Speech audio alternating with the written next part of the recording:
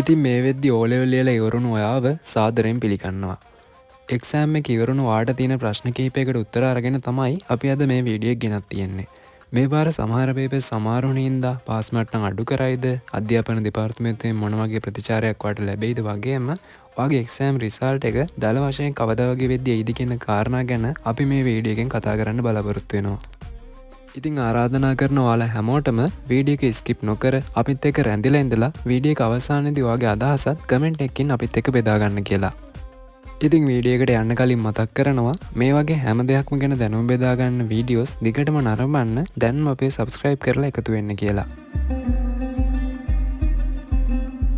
මේ වෙද්දි O level WhatsApp group වල Telegram group වල ගොඩක් ලොකුවට කතාබහක් යනවා. S එක 25න් දෙනවා, C එක 40න් දෙනවා, B එක 55න්, A එක 65න් මේ විදිහට එක එක ලකුණු මට්ටම් වලින් මේ විදිහට මේ පාස් එක දෙනවා කියලා. ඉතින් ඔයාලට මුලින්ම කියන්න ඕන මේ කතාව සම්පූර්ණයෙන්ම බොරුවක්. මොකද විභාග දෙපාර්තමේන්තුවෙන් කිසිම වෙලාවක මේ A එක, B එක, C එක, S එක දෙන පාස් මට්ටම් ප්‍රසිද්ධ කරන්නේ නැහැ. ඒක මීට කලින් අවුරුද්දවල වුණත් එහෙමයි. ඒ කියන්නේ එක්සෑම් එකේ රිසල්ට් ආවට පස්සේ වුණත් අපි දන්නේ හරියටම මේ ලකුණු මට්ටමින් තමයි මෙන්න මේ පාස් එක දුන්නේ කියන එක. හැබැයි ඔයාලා මතක තියාගන්න ඕන දේ තමයි මේ පාස් මට්ටම් ගොඩක් වෙලාට වෙනස් වෙන්න හැකියාවක් තියෙනවා. ඔයාලට දැන් ස්ක්‍රීන් එකේ බලා ගන්න පුළුවන් විභාග දෙපාර්තමේන්තුවෙන් කියන විදිහට 2001න් පස්සේ මේ A B C S සාමාර්ථ දෙන්නේ මොන ලකුණු මට්ටම් වලින්ද කියලා. ඉතින් මේ විදිහට නිශ්චිත ලකුණු පරාසය යාලා දීලා තිබුණාට ඒ අවුරුදු වල අදාළ පේපර්ස් වලට මුළු ලංකාවේම ළමයි මුහුණ දුන්න ආකාරය අධ්‍යයනය කරලා මේ ලකුණු මට්ටම් පොඩි වෙනස්කම් වලට ලක් වෙන්න හැකියාවක් තියෙනවා. ඉතින් මේ අවුරුද්දේදී වුණත් විශේෂයෙන් ගණිතය, විද්‍යාව පේපර්ස් වෙනදට සාපේක්ෂව වැඩි ළමයි ප්‍රමාණයකට අමාරු වුණ හින්දා ඒ විෂයන් වල පාස් මට්ටම් සාපේක්ෂව අඩු වෙන්න ගොඩක් ලොකු හැකියාවක් තියෙනවා.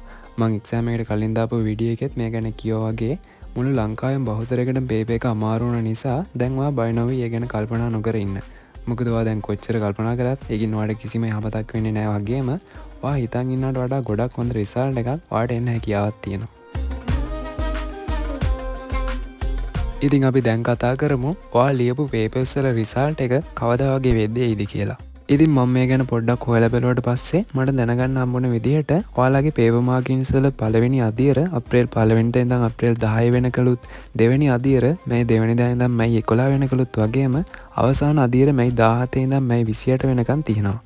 ඉතින් මේ තොරතුරු වලට අනුව ගොඩක් වෙලාවට ඔයාලට O level exam එකේ රිසල්ට් එක ලැබෙන්නේ 2025 ජූනි මාසයේ මැද හරියේදී. ඉතින් මං හිතනවා ඔයාලගේ ප්‍රශ්න වලට උත්තර ලැබෙන්නේ නැති කියලා. ඉතින් මේ වගේ ඔයාලට තවත් තියෙන ප්‍රශ්න පල්ලෙහා කමෙන්ට් සෙක්ෂන් එකේ සාකච්ඡා කරන්න කියලා ආරාධනා කරන ගමන් වීඩියෝ එක ඉතින් අවසන් කරනවා. ඉතින් මේ වගේ වීඩියෝස් දිගටම නරඹන්න දැන්ම අපිව subscribe කරලා එකතු වෙන්න.